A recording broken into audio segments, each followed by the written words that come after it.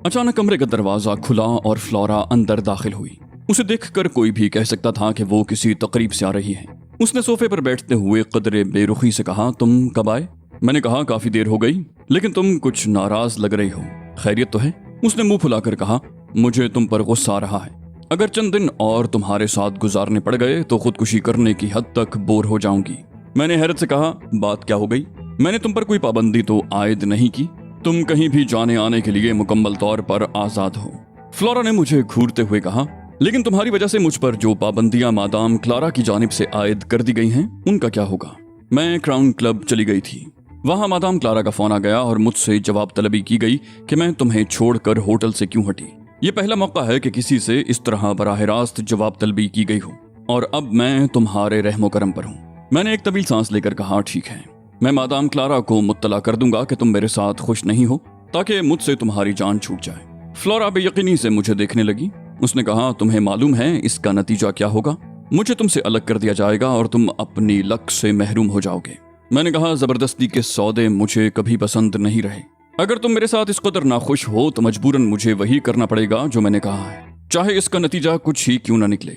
Flora हकला गई, बोली, नहीं नहीं, तुम मादाम क्लारा से कुछ नहीं कहोगे। मैंने उसे घूरा, कहा, क्यों नहीं कहूंगा? मुझसे ये बात बर्दाश्त हो ही नहीं सकती कि कोई शख्स अपनी मर्जी के खिलाफ जबरदस्ती मेरे साथ रहे। वो बोली, तुम्हें गलत फहमी हुई है, मैं तुम्हारे साथ नाखुश तो नहीं हूँ। मैंने आंखें निकाली, कहा, कैसे नाखुश नहीं हो? तुम्हारे चेहरे के तासुरात तुम्हारे अल्फाज के साथ नहीं दे रहे। उसे अंदाजा हो गया कि बात बिगड़ चुकी है। वो समझ रही थी कि मैं उसकी खुशामद करूंगा, इसलिए कि वो मेरी मजबूरी है। आखिर मैंने उसे अपनी लक करार दिया था। उसके ख्याल में ये मुमकिन ही नहीं था कि मैं उससे दस्तबरदार हो जाता, इसलिए वो नखरे दिखा रही थी, रूठने का मुजाहरा कर रही थी ताकि मैं उसे मनाऊं। औरत खा दुनिया के किसी खित्ते से क्यों ना ताल्लुक रखती हो, उसकी ख्वाहिश यही होती है कि उसे चाहा जाए, वो रूठे और कोई उसे मनाए। फ्लोरा को यकीन था कि वो रूठेगी तो मैं उसे मनाऊंगा, उसकी खुशामदें करूंगा, लेकिन मेरा बरक्स रद्द अमल देख कर वो बौखला गई। बौखला इसलिए गई कि औरत होने के सिवा उसकी हैसियत और भी थी जिसे उसने फरामोश कर दिया था, और वो हैसियत ही एग्लर की कारकुन की। अपनी इस हैसियत में वो किसी ऐसे हुक्म से इनकार नहीं कर सकती थी जो उसे एग्लर की तरफ से मिला हो। मैं इस बात से बहुत अच्छी तरह वाकिफ था कि उसकी पोजीशन कितनी नाजुक है, इसलिए मैं भी फैल गया था। बात अब कुछ और हो गई थी। अब मैं उसकी जरूरत था। उसे मुझ पर नजर रखने का हुक्म मिला होगा। मुझ पर नजर रखने के लिए उससे बेहतर और कौन हो सकता था, लेकिन अगर मैं उसकी शिकायत कर देता तो उसे सख्त सजा मिलती। कुछ अजब नहीं कि उसे एग्लर से निकाल बाहर किया जाता। एक मामूली सी जिम्मेदारी पूरी न कर सकने के बाद एग्लर में उसकी मौजूदगी का जवाब भी नहीं रह जाता था। अचानक फ्लोरा ने कहकहा लगाया, बोली, अरे मैं तो मजाक कर रही थी। उसके तासुरात यकदम ही तब्दील हो गए थे। मैंने भी जवाब में एक कहकहा लगाया, कहा, अच्छा, मैं भी मजाक कर रहा था, चेक कर रहा था कि तुम कितने पानी में हो, वरना यह कैसे मुमकिन है कि मुझ जैसे वजीह आदमी से कोई लड़की मुंह मोड़ ले। फ्लोरा बुरी तरह जल गई होगी, मगर मुंह से कुछ नहीं कह सकती थी। मैं उसे ऐसी धमकी दे चुका था जिसके बाद वो मेरी मर्जी के खिलाफ एक लफ्ज बोलने की भी हिम्मत नहीं कर सकती थी। उसके तासुरात से अंदाजा होता था कि वो जल भुन कर कबाब हो गई होगी, मगर वो कोशिश कर रही थी कि किसी तरह अपने जज्बात का इजहार न होने दे। मैंने उसे गौर से देखते हुए कहा, तुम कुछ बोल नहीं पाई? मैंने कुछ गलत बात तो नहीं कही? वो बोली, नहीं, तुम तो शहजादा गुलफाम हो, तुम्हें कोई लड़की भला कैसे ठुकरा सकती है? मेरा ख्याल है तुम्हारे पीछे तो लड़कियों की फौज लगी रहती होगी। मैंने एक तवील सांस लेकर कहा, गोया मेरा अंदाजा दुरुस्त था, तुम मेरे साथ खुश नहीं हो। तुम्हारे लहजे से इस बात का अंदाजा होता है। अब मुझे मादाम क्लारा से बात करना ही होगी। फ्लोरा संभल कर मुस्कुराई, मैंने कोई गलत बात तो नहीं कही। तुम्हारी शख्सियत में वाकई ऐसी वजाहत है कि लड़कियां तुम्हारी कुर्बत की तमन्ना करती होंगी। इस बार उसके लहजे में शीरीनी थी, और इस शीरीनी ने झुंझलाहट और खौफ की इंतहा से जन्म लिया था। मैंने दिल ही दिल में मुस्कुराते हुए कहा, तुम बहुत समझदार हो फ्लोरा, और तुम्हारा ज़ौक़ भी बहुत उम्दा है। फ्लोरा कुछ न बोली। शायद उसने मुनासिब यही समझा होगा कि मेरे सामने कम से कम बात करे, ताकि उसके मुंह से कोई औंधी सीधी बात न निकलने पाए। मैंने कहा, तुम क्राउन क्लब गई थी, वहां एडगर और टोनी भी कहीं दिखाई दिए? वो बोली, नहीं, वो दोनों ज़ेर-ए-ताब हैं। अगर उनका जुर्म सिर्फ तुम्हें लूटने की हद तक होता तो शायद उनकी गुलू खलासी हो जाती, मगर वो तो उससे भी आगे बढ़ गए थे। अब उन्हें बहुत सख्त सजा दी जाएगी। मैंने इस बात में सर हिलाया, कहा, अब तुम्हारा क्या प्रोग्राम है? 12 बज चुके हैं, क्या सोगी नहीं? फ्लोरा ने कहा, मेरा तो कॉफी पीने को जी जा रहा है। उसने यूं कहा जैसे मुझे चिढ़ाना चाह रही हो। उसे क्या मालूम था कि मैं खुद जागने के मूड में हूं। मैंने कहा जी तो मेरा भी चाह रहा है, मगर यहाँ नहीं, कॉफी शॉप में चलकर पियेंगे। फ्लोरा खिल उठी, बोली चलो, और हम दोनों कमरे से बाहर निकल आए। कमरे से बाहर राहदारी में निकला तो मुझे यूं महसूस हुआ जैसे कोई शख्स राहदारी में मौजूद था जो हमें बाहर निकलते देख कर छुप गया हो। मैंने फ्लोरा की तरफ देखा मगर उसके चेहरे पर कोई खास तासुर नहीं था। मैं मोहतात हो गया। मालूम नहीं राहदारी में कौन था। मैं और फ्लोरा लिफ्ट की तरफ बढ़ रहे थे कि राहदारी के मोड़ पर मुझे एक शख्स नजर आया जिसने स्याह सूट पहन रखा था। उसके सर पर स्याह फ्लैट हैट थी और टाई भी स्याह थी। वो सीधा हमारी तरफ आ रहा था। उसने बड़े मुअद्दबाना अंदाज में मुझसे पूछा, आप लोग कहाँ जा रहे हैं जनाब? मैंने बिगड़े हुए तेवरों के साथ उससे सवाल किया, तुम कौन हो? उसने बदस्तूर मुअद्दबाना अंदाज में कहा, हमें मादाम क्लारा की तरफ से आपकी निगरानी के लिए हुक्म मिला है जनाब। आपके लिए बेहतर यही है कि आज की रात अपने कमरे तक महदूद रहें। मैंने कहा, ये मशवरा तुम्हारा है या? उसने कहा, हम लोग अपनी मर्जी से कोई कदम नहीं उठाते, मादाम जो हुक्म देती हैं उसे बजा लाते हैं। मैंने कहा, मादाम क्लारा का शुक्रिया अदा कर देना और उनसे कहना कि मुझे निगरानी की कोई जरूरत नहीं है। वो बोला, मादाम क्लारा का ख्याल है कि आज रात आपको रीना सोलोमन की तरफ से कोई खतरा पेश आ सकता है। मैंने कहा, फर्ज करो मैं तुम्हारा कमरे तक महदूद रहने का मशवरा मानने से इनकार कर दूं तो? उसने बेबसी से कहा, हम क्या कर सकते हैं जनाब, हमें तो आपकी निगरानी का हुक्म मिला है, हम अपना काम पूरा करते रहेंगे। मैंने फ्लोरा से कहा, अब हम कॉफी शॉप में कॉफी नहीं पियेंगे। फ्लोरा ने इस बात में सर हिलाया, बोली, हमें मादाम क्लारा के मशवरे का एहतराम करना चाहिए। ये कहकर वो कमरे की तरफ पलटने लगी। मैंने कहा, उधर कहाँ जा रही हो? मेरा मतलब था कि अब हम किसी और होटल में चलेंगे। फ्लोरा ने हैरत से कहा, क्या कह रहे हो? क्या तुमने मादाम का हुक्म नहीं सुना? मैंने नखवत का मुजाहिरा किया, कहा, एडम डिफ्लॉक अपने अफाल में मुकम्मल खुद मुख्तार हैं। इस किस्म के अहकामात दूसरों के लिए होते हैं। वो बोली, तुम्हें अगर कॉफी पीनी हो तो कमरे में चलकर पियो, मैं तुम्हारे साथ होटल से बाहर नहीं जाऊंगी। मैं उसका बाजू पकड़ कर गुर्राया, चलो। फ्लोरा इससे कबल भी मेरी गिरफ्त का कमाल देख चुकी थी। उसके चेहरे पर मुर्दनी छा गई और उसने बेबसी से स्याह सूट वाले की तरफ देखा। स्याह सूट वाले ने कहा, आपको जबरदस्ती नहीं करनी चाहिए मिस्टर फ्लॉक। उसका लहजा नरम था मगर उसमें धमकी भी पोशीदा थी। मैंने तहकीर आमेज अंदाज में कहा, और अगर मैं जबरदस्ती पर इसरार करूं तो तुम क्या करोगे? वो बोला, मैं यहाँ तन्हा नहीं हूँ मिस्टर फ्लॉक, मेरा एक साथी और भी है। उसने राहदारी के मोड़ की तरफ देखा। मैंने मजे का खेज अंदाज में कहा, अच्छा, गोया तुम मुझे धमकी दे रहे हो। स्याह सूट वाले के अंदाज से यूं लग रहा था जैसे फैसला न कर पा रहा हो कि उसे क्या करना चाहिए। उधर मेरा अंदाज देखकर फ्लोरा बुरी तरह नर्वस हो गई। उसने खुशामदाना अंदाज में कहा, रहने दो एडी, खामखा झगड़ा करने से क्या फायदा? मैंने आंखें निकाली, कहा, झगड़ा मैं कर रहा हूँ? तुम देख नहीं रही कि ये खुद आकर मुझसे उलझा है? वो बोला, हम बहुत खराब लोग हैं मिस्टर फ्लॉक। इस सिलसिले में हमें कोई वाज़ेह हिदायत नहीं मिली कि ऐसी सूरत हाल में हमारा रद्द अमल क्या होना चाहिए, लिहाजा हम आज़ाद हैं। अचानक फ्लोरा बिफर गई, बोली, क्या तुम लोगों का दिमाग खराब हो गया है? तुम्हें अंदाजा नहीं है कि मिस्टर फ्लॉक से उलझकर तुम अपना ही नुकसान करोगे? स्याह सूट वाले ने कहा, हम सरों से कफन बांध कर मैदान अमल में उतरते हैं मिस फ्लोरा, लिहाजा किसी से मरूब होने का सवाल ही पैदा नहीं होता। फ्लोरा ने झुंझुलाकर कहा, ठीक है, मैं मिस्टर फ्लॉक के साथ अपनी मर्जी से जा रही हूँ, अब तो तुम्हें कोई एतराज नहीं है, आओ एडी चलें। उसने मेरे हाथ में हाथ डालते हुए कहा और मैं स्याह सूट वाले पर एक तहकीर आमेज नजर डालता हुआ फ्लोरा के साथ लिफ्ट की तरफ बढ़ गया।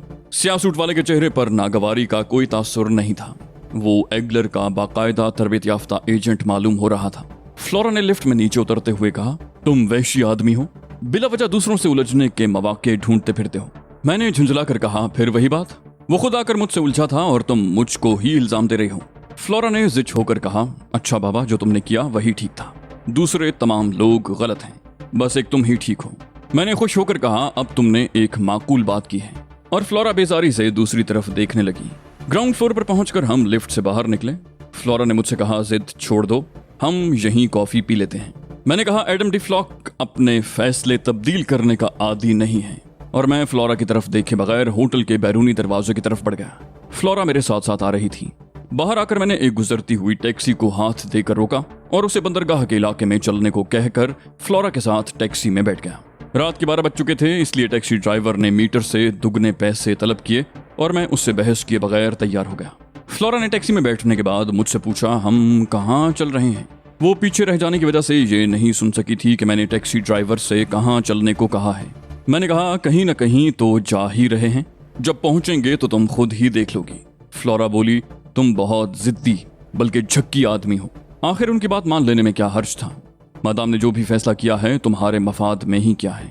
मैंने खुश्क लहजे में कहा, एडम डी फ्लॉक को ये हरगिज पसंद नहीं है कि उसके मफादात के फैसले दूसरे करें। फ्लोरा ने खामोश हो जाने में ही आफियत समझी। मेरे जहन में कोई खास बात नहीं थी, सिर्फ इतना था कि अब से चंद ही घंटे के बाद एगलर के 4 अड्डों पर तबाही फैलने वाली थी। मैं चाह रहा था कि जिस वक्त वो तबाही फैले मैं उनकी नज़रों के सामने मौजूद रहूं। पहले मेरा प्रोग्राम था कि फ्लोरा के साथ जागता रहूंगा ताकि उन लोगों को अगर मुझ पर कोई शुबा हो तो उनके जहन साफ हो जाएं। मेरा ये मसला स्याह सूटों वालों ने हल कर दिया।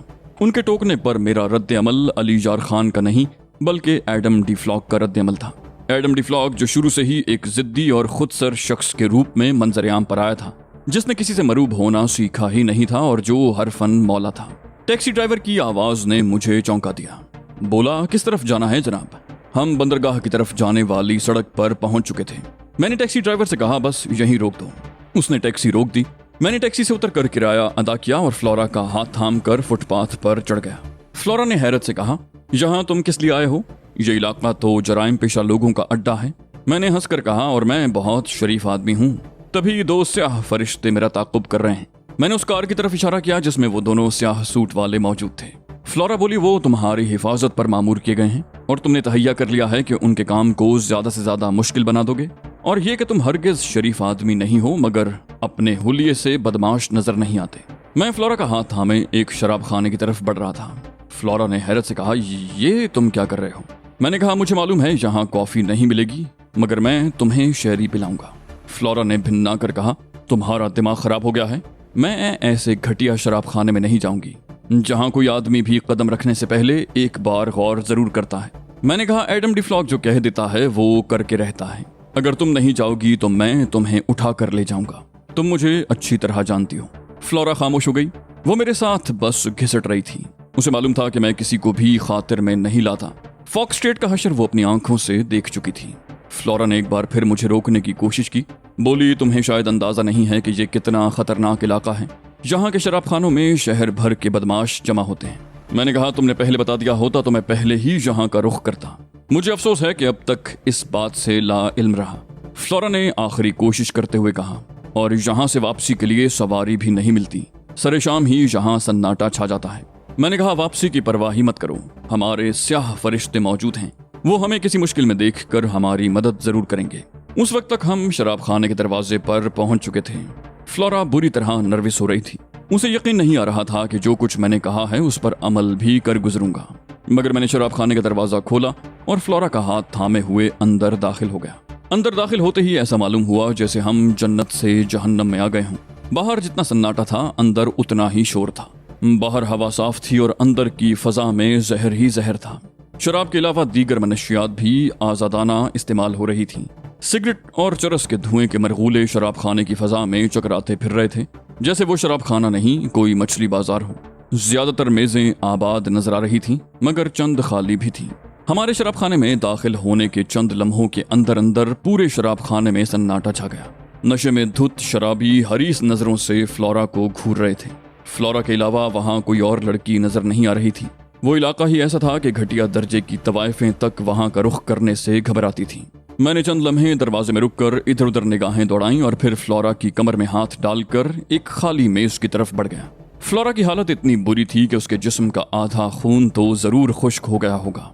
नशे में धुत शराबियों के सर हमारे साथ साथ घूम रहे थे। उनकी नजरें फ्लोरा के जिस्म का तवाफ करने में मसरूफ थीं, मगर मैं बज़ाहिर उन सब की तरफ से बेनियाज एक खाली मेज पर जाकर बैठ गया। मेरा अंदाज ऐसा ही था जैसे यहाँ आना मेरा रोजमर्रा का मामूल रहा हो। उस वक्त शराब खाने में 2 अफराद की हालत सबसे ज्यादा खराब थी, एक फ्लोरा और दूसरा बारटेंडर। बारटेंडर के चेहरे पर हवाइयां उड़ रही थीं। गालिबन शराब खाने का मालिक भी वही था, और अगरचे वो खुद भी कोई गुंडा ही होगा, मगर फ्लोरा की वहां आमद से जिस किस्म के हंगामे की तवक्को थी उसके तसव्वुर से ही उसके होश उड़े हुए होंगे। फ्लोरा और बारटेंडर दोनों ही अपने खुश्क होंठों पर जबान फेर रहे थे। शराब खाने में जिस तेजी से सन्नाटा तारी हुआ था उसी तेजी से दोबारा गुलगपाड़ा शुरू हो गया। हर शख्स जोर जोर से बातें करने लगा था। इस बार उन सबका मौजू एक ही था। मैंने शराब खाने के दरवाजे की तरफ देखते हुए फ्लोरा से कहा, हमारे वो स्याह फरिश्ते जहां नजर नहीं आ रहे। मुझे अंदाजा था कि वो लोग अंदर दाखिल होने की हिम्मत नहीं करेंगे। उन्होंने एक 5 स्टार होटल की मुनासिबत से लिबास पहने थे। अब वो यहाँ आते तो हर एक की निगाह का मरकज बन जाते। फ्लोरा मिनमिनाई, मेरा दम घुट रहा है, यहाँ से निकल चलो प्लीज, देखो यहाँ किस कदर धुआं है। एक वेटर हमारी मेज के नजदीक आ गया। मैंने उसे शरी और कोक का ऑर्डर दिया। वेटर ने हैरत से आंखें फाड़ कर मुझे देखा। उसने कहा, शरी हमारे यहाँ नहीं होती जनाब, मार्टिनी और रम अलबत्ता मिल जाएगी। मैंने बेपरवाही से कहा, तो फिर 2 कोक ले आओ। उसने एक बार फिर आंखें फाड़ कर मुझे देखा। बोला, ये शराब खाना है जनाब, यहाँ कोक भी शराब के साथ ही सर्व की जाती है, खाली कोक नहीं दी जा सकती। मैंने बुलंद आवाज से कहा, क्यों नहीं दी जा सकती, ये अच्छी जबरदस्ती है। शराब खाने पर एक बार फिर सन्नाटा तारी हो गया। वो लोग सुनना चाह रहे थे कि एक हसीन लड़की का साथी क्या कह रहा है। बारटेंडर भी मुतजस्सिस नजरों से हमारी तरफ देख रहा था। बारटेंडर ने ऊंची आवाज में पूछा, क्या बात है, तुम लोग किस बात पर झगड़ रहे हो? मैंने कहा, मैंने इसे 2 कोक लाने का ऑर्डर दिया है, मगर ये कहता है कि यहाँ कोक सिर्फ शराब के साथ ही सर्व की जाती है। बारटेंडर ने कहा, वेटर ठीक कहता है, लेकिन मैं तुम्हें रियायत दे रहा हूँ, जल्दी कोक पियो और यहाँ से दफा हो जाओ। ये सुनकर नशे में धुत शराबी कहे लगाने लगे। मैंने हिक्कारत से कहा, मुझे किसी रियायत की जरूरत नहीं है, हमारे लिए 2 कोक भिजवाओ और मेरी तरफ से सबको एक एक जाम पिलाओ। बारटेंडर की आंखें हैरत से फैल गईं। गालिबन शराब खाने की तारीख में मैं पहला गाहक था जो तमाम हाजरीन को मुफ्त शराब पिला रहा था। मैं उसके तासुरात से बेनियाज दोबारा बैठ गया था और वेटर कोक लाने के लिए दौड़ गया था। फ्लोरा ने भर्राई हुई आवाज में कहा, तमाम लोग मुझे हरीस निगाहों से घूर रहे हैं, ऐसा लगता है आंखों ही आंखों में मुझे खा जाना चाहते हैं। मैंने बड़े खुलूस से कहा, इन्हें माफ कर दो, बेचारे नशे में हैं। फ्लोरा ने निगाहें झुकाए झुकाए कहा, और जरा उस शख्स को देखो जो तुम्हारे बाएं जानिब वाली मेज पर बैठा है, उसकी सूरत तो देखकर ही खौफ मालूम हो रहा है। मुझे उस तरफ देखने की जरूरत नहीं थी, उस शख्स को मैं पहले ही देख चुका था। वो एक लंबा तड़ंगा शख्स था जिसकी बड़ी बड़ी मूछें भी थीं। सूरत से ही गुंडा मालूम हो रहा था। उसे एक नजर देखते ही मुझे अंदाजा हो गया था कि ये वहां मौजूद लोगों में से सबसे ज्यादा खतरनाक है। वो जिस अंदाज से फ्लोरा को घूर रहा था उससे साफ जाहिर था कि पेशकदमी किए बिना नहीं मानेगा। मैंने फ्लोरा से कहा, वो बेचारा बेजरर सा आदमी लगता है, तुम खामखा परेशान हो रही हो। वहां मौजूद हर शख्स ने फ्लोरा पर आवाजें कसे थे, मगर मेरे अंदाज से यूं लगता था जैसे मैं बहरा हो गया हूं। फ्लोरा ने भी अपनी जात पर किए गए वो बेबहा तबसरे सुने थे, लेकिन वो मेरे सामने बेबस थी। वेटर ने कोक लाकर हमारी मेज पर रख दी और उसके साथ ही वो लंबा तड़ंगा शख्स उठकर हमारी मेज की तरफ बढ़ा जिसकी तरफ फ्लोरा ने इशारा किया था। उसने अपने हाथों में भी जाम उठा लिया था, गोया उसका इरादा हमारी मेज पर ही बैठने का था। उसे हमारी मेज की तरफ बढ़ते देखकर बारटेंडर एक बार फिर पहले की तरह मुस्तरिब हो गया। एक वही नहीं, हर शख्स हमारी तरफ मुतवज्जे हो गया था। ऐसा मालूम हो रहा था जैसे कोई बड़ा वाकया होने वाला है। फ्लोरा ने मुस्तरिबाना अंदाज में मेरे हाथ पर अपना हाथ रखा और मैंने बड़ी मोहब्बत से अपना दूसरा हाथ भी उसके हाथ पर रख दिया। मेरे अंदाज से यूं मालूम होता था जैसे मैं किसी लव स्पॉट पर बैठा हूं। फ्लोरा भी शायद मुझे गाफिल समझ रही थी। उसने मेरी तवज्जो उस शख्स की तरफ मबजूल कराने की कोशिश की, मगर मैं फ्लोरा को मोहब्बत पाश नजरों से देख रहा था। मैंने सरगोशियाना लहजे में कहा, नॉर्मल रहने की कोशिश करो, मैं इससे निमट लूंगा। इतनी देर में वो शख्स हमारे सर पर पहुंच गया, बल्कि उसने मेरी मुकाबिल वाली कुर्सी खिसकाई और बड़े सुकून से उस पर बैठ भी गया। उसने अक्खड़ लहजे में कहा, मुझे आलवेंदा कहते हैं, तुम यहाँ शायद पहली बार आए हो।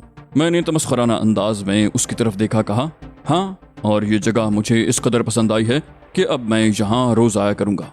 वो बोला, मैं बंदरगाह के इलाके का बेताज बादशाह हूँ, यहाँ के लोग मेरा नाम सुनकर ही कांप जाते हैं। मैंने बेपरवाही से कहा, यहाँ गीदड़ बसते होंगे। वो मुझे घूरने लगा, भारी आवाज में बोला, क्या मतलब? मैंने जल्दी से कहा, जब मैं यहाँ आया था तो बाहर बहुत सन्नाटा था। मैंने सुना है जहाँ बहुत सन्नाटा हो वहाँ गीदड़ बसते हैं, मगर मुझे तो एक भी नजर नहीं आया। उसने बदस्तूर मुझे घूरते हुए कहा, तुम मेरा मजाक उड़ाने की कोशिश कर रहे हो? मैंने कहा, इसमें कोशिश करने की क्या बात है? वो गुर्राया, क्या मतलब? मैंने कहा, मतलब ये कि मेरे अंदर इतनी हिम्मत कहाँ कि तुम्हारा मजाक उड़ा सकूं। तुम्हें तो देख कर ही खौफ तारी होने लगता है।